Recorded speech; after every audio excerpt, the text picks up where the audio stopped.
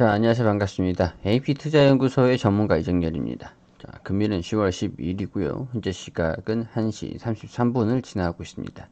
자, 지금 함께 살펴보실 종목은요, SK케미칼이라는 기업이고요. 코드 번호는 285130입니다. 자, SK케미칼은 기존의 아스트라제네카와 노바백스에 대한 그런 이 약물을 생산하기 위한 위탁 생산 계약을 체결한 기업이다 라는 부분은 지금까지 지속적으로 말씀을 좀 드리긴 했었고요. 이 렘데시비르라든가 그런 그 덱사메타손 관련돼서도 트럼프 대통령이 지난 코로나 확진을 받은 이후에 치료를 하기 위한 약물로 활용됐다라는 부분들이 SK케미칼이 자회사 SK바이오사이언스에 대한 기대감으로 반영이 되고 있었던 그런 상황이었다라고 간단하게 말씀을 좀 드릴 수가 있을 것 같습니다. 이런 백신에 대한 트럼프 미국의 대통령도 이 물질을 이런 신약 백신이 진행되고 있는 이런 그 임상에 대한 결과가 없는 아직까지 결과가 나오진 않은 물질들이죠. 이런 혈장 치료대도 뭐 투약을 받았지만은 이런 임상이 진행되고 있는 약물들을 투약을 받으면서 어느 정도 뭐 치료의 효과를 받기 때문에 그런 약물들이 백신에 대한 기대감으로 반영이 됐고 이 관련이 있는 기업들의 상승세를 보여주는 요인으로 반영이 되고 있다라고 간단하게 말씀을 드릴 수가 있을 것 같습니다. 자, 9월 25일에는 노바백스에서 코로나19의 백신 임상 3상 돌입 소식이 자회사 SK바이오사이언스가 위탁 생산을 받았다는 부분이 좀 부각이 되면서 급등하기도 했고요. 그리고 이제 아스트라제네카가 코로나19 백신이 그 미국에서는 지금 이제 일시중지 되고 있는 그런 상황이지만 곧 재개가 될 거다라고 하는 JP모건의 그런 소식이 미국에서 좀 있기도 했었습니다. 자, 최근에는 SK바이오사이언스가 408만 주를 무상증자를 결정을 했다라고 기사가 좀 나왔다라고 지난 영상에서 말씀을 좀 드렸는데요. SK바이오사이언스의 발행 주식 총수는 보통주 204만 주, 이제 1주당 2주의 비율로 신주를 배정하는 방식으로 이뤄주면은 발행 초과금이 204억 원이 진입될 예정으로 상장을 염두에 둔 그런 조치다라는 부분들이 시장에서 나와 주었습니다. 그러니까 그 무상증자를 발행하기 전에는 상장을 추진한 이후에 이 거래 자체가 좀 되지 않기 때문에 상장을 추진을 하기에는 다소 무리가 있는 그런 상황이었죠. 그렇기 때문에 SK케미칼 같은 경우에도 뭐 자회사의 상장 이슈들은 반영이 되지 않고 있었던 그런 상황이었지만 지금은 SK바이오사이언스가 408만 주를 무상증자를 결정을 하면서 충분히 시장에서 거래를 할 수 있는 정도의 물량은 확보를 하는 조치다라고 해석을 할 수가 있을 것 같습니다. 자, 그렇기 때문에 최근에 여러 가지 이슈들이 있었지만은 이런 자회사의 상장 기대감이 주가에 반영이 되고 있는 그런 흐름을 확인할 수가 있겠죠. 자, 1주당 2주를 무상증자로 한다고 한다면 지금 SK케미칼이 최대 주주입니다. 최대 주주. 최대 주주면은 이 최대 주주가 가지고 있는 주식의 비중 자체도 늘어납니다.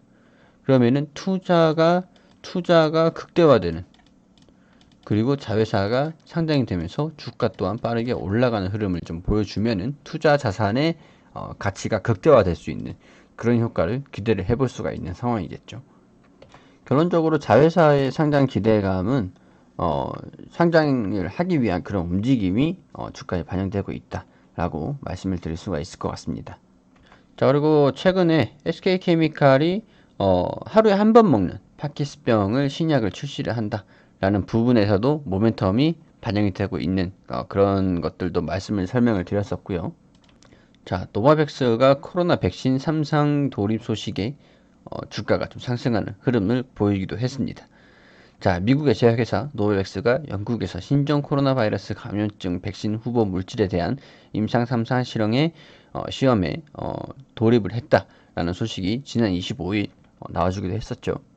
자, 이번에 아스트라제네카에 대해서 좀 간단하게 살펴볼 텐데요. 아스트라제네카가 미국에서만 임상이 다시 재개가 안 됐다라고 기사가 좀 나왔었고 되지 않았었죠. 자, 여기에 대해서 좀 우려감이 있긴 했습니다. 도대체 왜 임상시험을 다시 재개를 하지 않는 건지. 다른 나라들은 다 임상이 진행이 되고 다시 재개를 했는데 왜 미국에서만 재개가 안 됐는지, 그런 부분들에서는 이유를 밝혀야 된다라고, 투자에 대한 그런 부분이 뭐 가능성, 영향을 좀 많이 미칠 수 있기 때문에 이런 부분에서 이슈들이 좀 나와주고 있는 상황이었습니다. 결론적으로 이런 불확실성이 주가 상승을 좀 제한적인 요인으로 이때 당시에 반영이 되고 있었던 부분이기도 했거든요.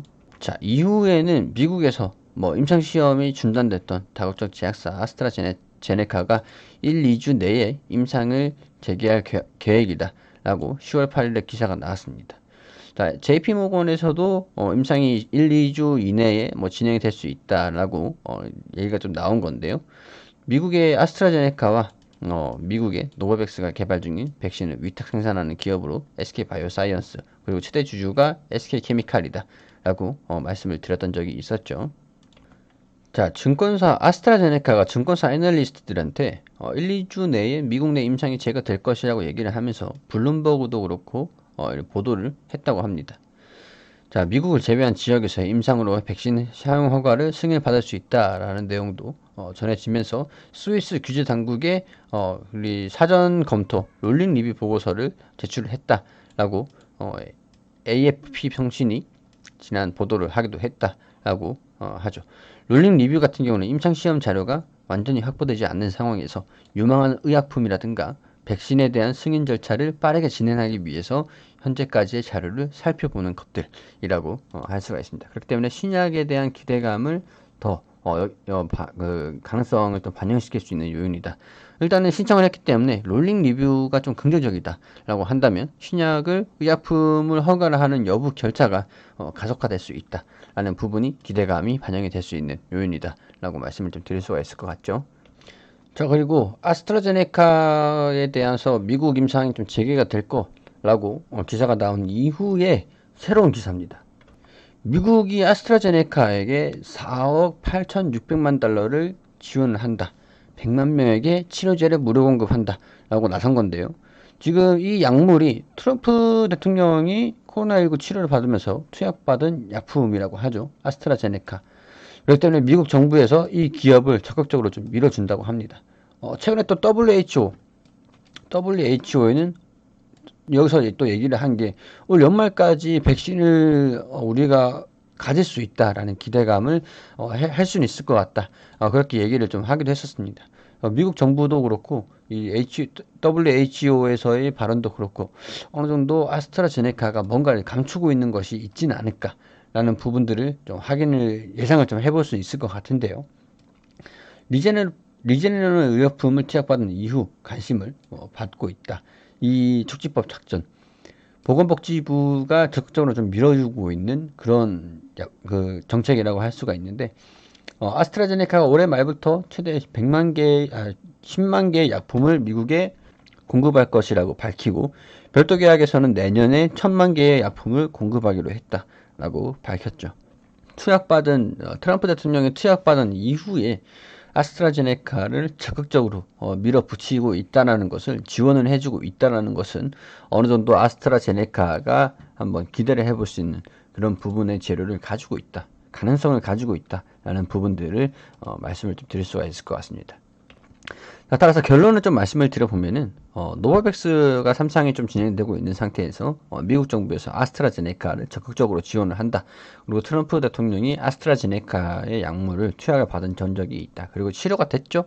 그렇기 때문에 그런 부분에서도 주가가 긍정적이게 반영될 수 있는 요인이라고 말씀을 드릴 수가 있을 것 같고요. 그리고 자회사의 상장을 위한 그런 행보가 이 회사의 주가 상승 모멘텀으로 반영이 되고 있기 때문에 여러 가지로 지금 최근에 좀 악재들이 있었지만은 그런 부분들이 좀 개선되는 흐름을 이어가고 있다라는 부분이 추후에 주가를 조정받은 주가를 다시 한번 재탈환하는 그런 움직임을 보일 것이라고 기대를 해볼 수가 있는 요인들인 것 같습니다. 그리고 저희 AP투자연구소에서는 매일매일 무료 종목을 추천해 드리고 있습니다.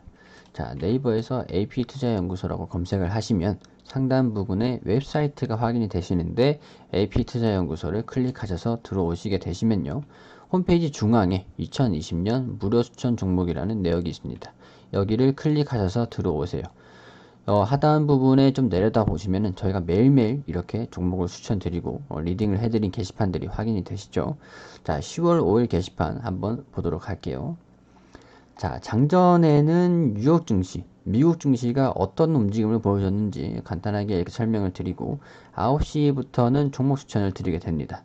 자, 네오크레마가 현재가 9,500원 기준의 매수, 그리고 1차 목표가 9,785원, 손절가가 9,160원, 그리고 마이크로 프렌드가 현재가 6,100원에 매수가를 알려드렸고 목표가 6,280원, 손절가 5,820원으로 대응하시라고 말씀을 드렸습니다.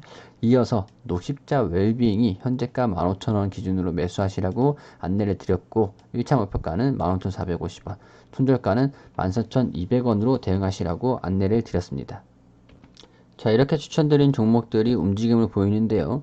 자, 9시 5분쯤에 네오크레마 1차 목표가 돌파, 추가적으로 상승하고 있다라고 차트를 통해서 이렇게 같이 설명을 드리고, 그리고 자, 마이크로 프렌드도 9시 3분 1차 목표가를 달성을 했다라고 알려드리고, 이렇게 녹십자 웰빙도 1차 목표가를 달성을 했다라고 게시판을 통해서 사진을 통해서 자세하게 안내를 드렸습니다. 자, 그리고 오늘 시장이 어떻게 움직였는지도 설명을 드리는데 지금 9시 21분에 네오크레마가 30% 상한가를 달성을 했다라는 내용도 말씀을 드렸고, 종합적으로 우리 시장이 어떻게 움직이는지 댓글을 통해서 이렇게 리딩을 해드리고 있습니다. 자, 그리고 전체적으로 종목 추천 종목들이 어떻게 됐는지 결과를 이렇게 정리를 자세하게 해드리면서 결과 정리를 이렇게 좀 해드리죠. 자, 이렇게 해드리면서 다양하게 리딩을 자세하게 상세하게 해드리고 있기 때문에 이렇게 매일매일 종목을 무료로 추천드리고 리딩 해드리고 있습니다. 자, 도움이 필요하신 분들은 들어오셔서 많은 도움을 받아가셨으면 좋겠다는 바람입니다.